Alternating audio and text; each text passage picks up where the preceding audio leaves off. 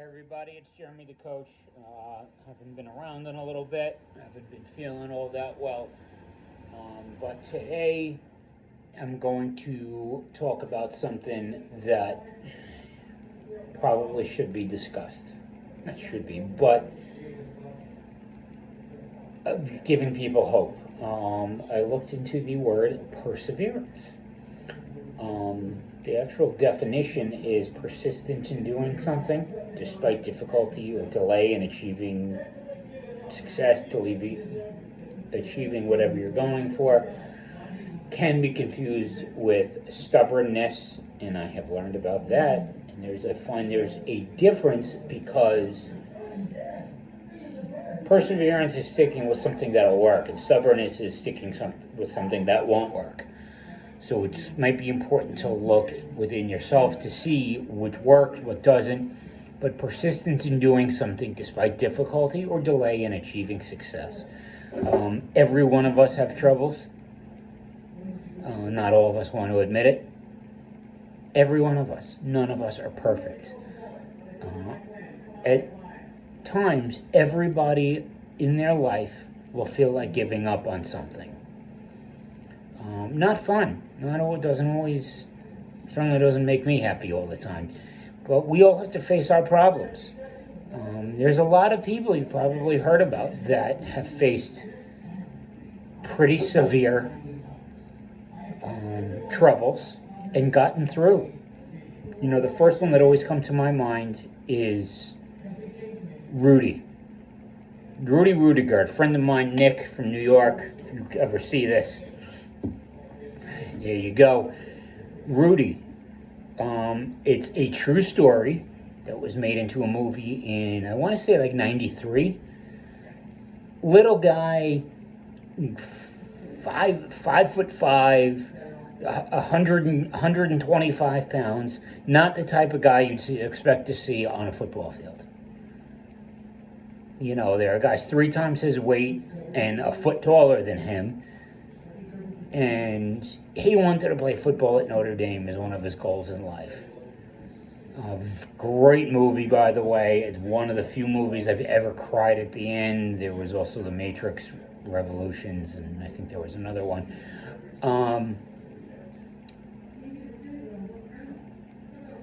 But he, not very smart guy, didn't have the money to pay for college. Notre Dame is not a cheap college. It's not a local community college, which those aren't cheap either.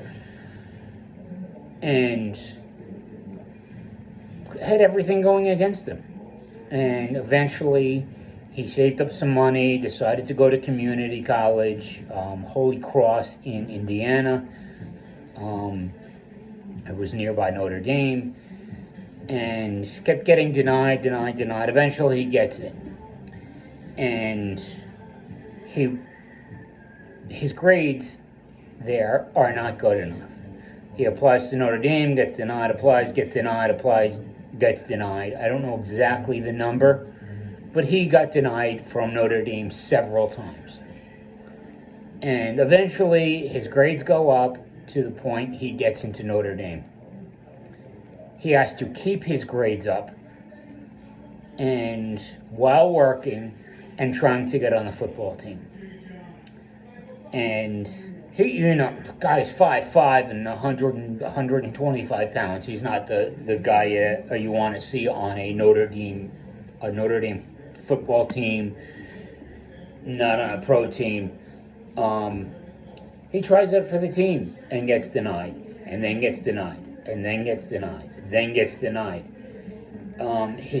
What eventually was his senior year, he was reaching an age of not being able to play anymore. So he was about out of time to be able to reach his dream and get on the Notre Dame team. He makes an arrangement with the head coach, who then leaves the team suddenly, and he builds friendships with the other players. Some of them didn't like him because he was go, all the effort. Other guys, it just came naturally and didn't really care. And his senior year, the last game of the season, there was a rule with Notre Dame that if you're not in one play in a game, you're technically, on paper, not part of the team. And he never got into a game. It's the last game of his senior year of college. And I forgot who they were playing, but Notre Dame is winning like 23-3, 23-7, something like that, against another team. Fourth quarter, and there's like 3 minutes left in the game. So Notre Dame, chances are the other team is not going to score 16 points in 3 minutes. Not happening. So he's going to the coach, let me play, and the coach says no. Wouldn't you know it, that the other players start to chant, Rudy, Rudy, Rudy. It gets out into the crowd. The crowd, however many people that stadium holds, start chanting, Rudy, Rudy. Wouldn't you know it, there's like 7 seconds left in the game, and it's still like 23-3, whatever the score was. And the coach put him in. I don't know whatever happened to him after that, but it's a true story. That's what Rudy to keep going to, and I've discussed surrender in other videos, and hence the stubbornness versus perseverance. And in that video, something I learned about surrender, though, is you're going to deal with the same problem a different way. You're going to go about it differently. Sometimes it's to stop trying, sometimes it's to do something else, go a different direction. But it can be tied with surrender, perseverance. Sometimes accept maybe who wouldn't get into Notre Dame. I have had to accept certain things like anatomy and physiology, not being able to deal with that very well. That was a horror, if anybody ever taken it. But perseverance, going after the proper goal, that could be the difference. Stubbornness is going after something you shouldn't be doing. But that's just one example. In the comments, I will put a link to the end of Rudy, the movie, because it's a true story. One of the very few movies I cried at the end. Nick, if you're watching this, shout out to you. But there's so many other people besides Rudy Rudiger. I forgot, I think his real name was Daniel Rudiger, but everyone called him Rudy. There's so many others. You can find stories on Thomas Edison, Rocky, Elvis, Colonel Sanders, at KFC Colonel Sanders. Before KFC, he had and lost God knows how many jobs. He worked as a blacksmith helper, cleaned ashtrays for a railway line, lost these jobs. He moved on to another railway and got fired. He was a lawyer and lost his job. He got into a brawl in a courtroom. He went to sell life insurance and got fired before being known as KFC. I'm sure his family is still making money off KFC. Plenty of money off KFC. Thomas Edison tried, I think the number was over 1,000 times to make the light bulb. Over 1,000 times before he got it. Now, I can't imagine that. Imagine trying something and getting rejected on something over 1,000 times. Look where we are now with society. We have power whenever we want it. Rocky is another inspiration. Rocky was a fictional character. But if you look at that, he was not a champion. Yes, Sylvester Stallone was a pretty jacked up guy in his day, pretty strong guy, wouldn't, want to go anywhere near fighting that. Not an established boxing guy, and continue to take on bigger and tougher opponents. He was getting out of his comfort zone to get bigger, better, stronger, and it's the same thing at the gym. You start with the bar. You're going to bench press the bar at 45 pounds. You put 2.5 on each side. That's 50. You switch to 5 on each side, so that's 55 pounds. You go up. Sylvester Stallone nor Arnold Schwarzenegger in his day did not start out benching 300 pounds. They started at 45, 50 pounds. But look at Rocky. He's fighting these guys who are so much bigger than him. Mr. T, what's his name? Hulk Hogan. Those are real big guys. Then there was the Russian guy. There was the guy that he trained that turned on him. All guys bigger than him. And he was just getting bigger and stronger and getting out of his comfort zone to do things to challenge himself. That's what that is.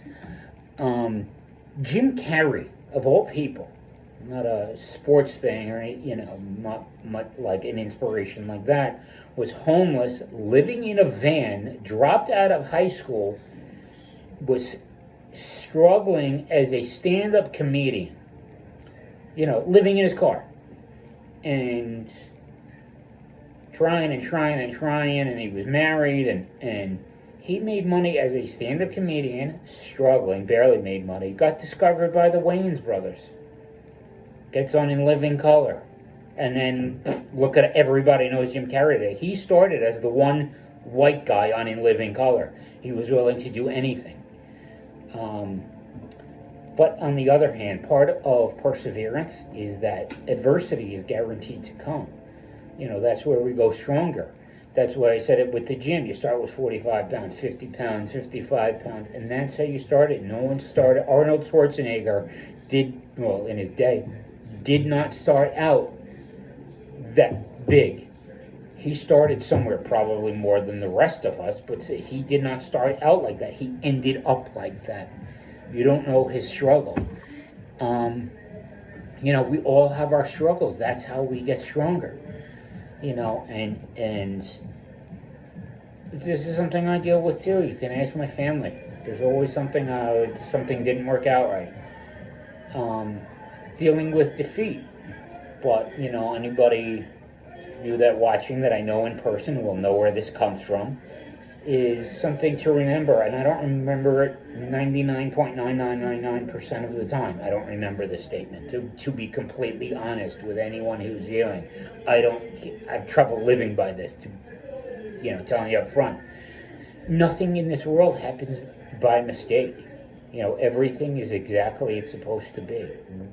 Our responsibility is to keep changing and growing and moving forward. There was you would laugh at me or where this comes from. Tommy Boy, of all places, Tommy Boy, Chris Farley. His father, what's his name, Brian Dennehy, in the movie says, and it's not just they were in the auto parts business, but it's life. This happens to apply to life, not just auto parts. You're either growing or you're dying. There ain't no third direction. That's what he says. It's like in the auto parts business, you're either growing or you're dying. There ain't no third direction. And we either have to keep moving forward and keep getting better, or we decay. It's the nature of physical things on earth. Everything decays. We have to keep trying. And it's not about, sometimes I do fall short on this, but it's not about being better than the next person. Every so often I fall into, I got to be better than this guy and that guy. Not as frequently, but we have to become better than ourselves. We have to challenge ourselves every single day to get a little bit stronger with whatever our weakness is. And for me, I went back to school. When I went back to school studying nutrition, I went through hell doing that. Complete hell. The amount of time I spent crying was ridiculous. Losing weight was not the hardest thing I've ever done. Getting sober was not the hardest thing I've ever done. It would probably be a tie between the depression and going back to college. But there was that muscle, that mental, spiritual muscle, to get stronger, to face whatever I was scared of with school. And that is a I would, and losing weight. There are a couple of things that are close for the best thing I've ever done. Went from almost 300 pounds to 150 pounds in less than a year with a dietitian. That was no surgery, that was no pills, that was going to a nutritionist, hence I became one, and doing it. And it changed me as a person to learn how to study and prioritize and be responsible. I did not know where that money was coming from to pay for school. I was working at a job for someone who married into our family, and wasn't a lot of money. He gave me the job for as long as I was going through school. He probably will see this video. And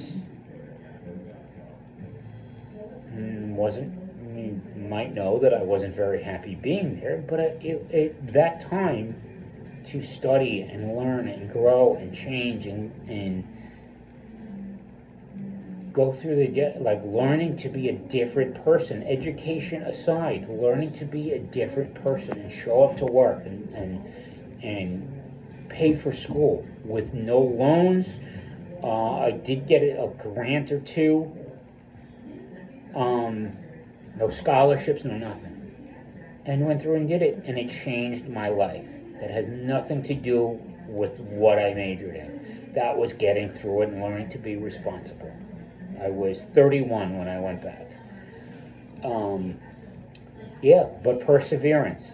Remember, there's a difference between perseverance and stubbornness. Like I said, and I will refresh it. Surrender is not necessarily to admit defeat, it's to switch to a way that works. We're going to go about it a different way. Something I'm doing is not working, so I'm going to do something else. And I have struggled with that, as I'm sure many of us have. But anyway, hope you got something out of the video, and I apologize for having taken some time off, haven't been feeling well lately, and I will see you soon.